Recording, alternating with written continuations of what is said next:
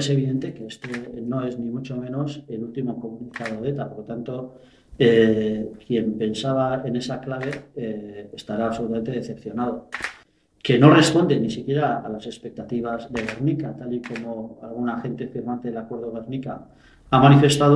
Y luego también pensamos que debe renunciar no solo ETA, sino también los que apoyan la idea a tratar de proponer un autodenominado proceso democrático que, amén de no saber, de no explicar muy bien en qué consiste, desde luego nosotros consideramos de cuando menos dudosa legitimidad.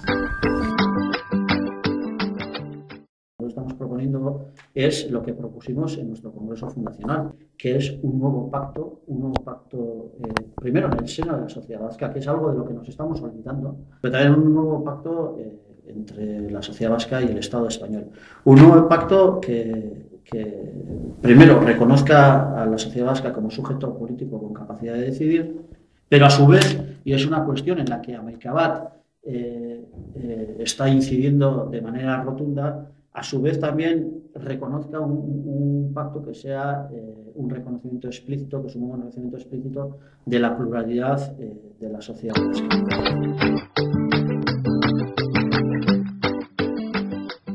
Nosotros reconocemos que la izquierda abertzale sí está dando pasos efectivos. Otra cosa es que lo está haciendo por convencimiento, porque las circunstancias lo han obligado a ello, y que se nos perdone la inmodestia, que la historia de la izquierda abertzale durante los últimos tiempos ha sido algo que Amilcabat avanzaba, ellos desmentían y el tiempo viene por confirmar. Nosotros también nos llena de asombro que todavía haya gente que desmienta las evidencias, porque aunque cada vez lo hace con menos rotundidad. Y me refiero a la apuesta electoral que para nosotros sí se va a intentar para las próximas elecciones.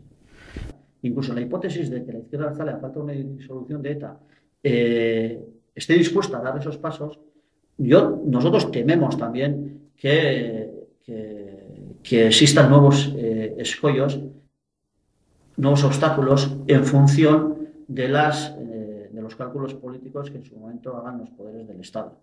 Mi mismo partido me dice que soy excesivamente optimista, pero yo sigo manteniendo la opinión de que la izquierda abertzale va a poder estar en las urnas. Nosotros vemos con preocupación que en esta sociedad existe otra ley de partidos no escrita que también se debe derogar.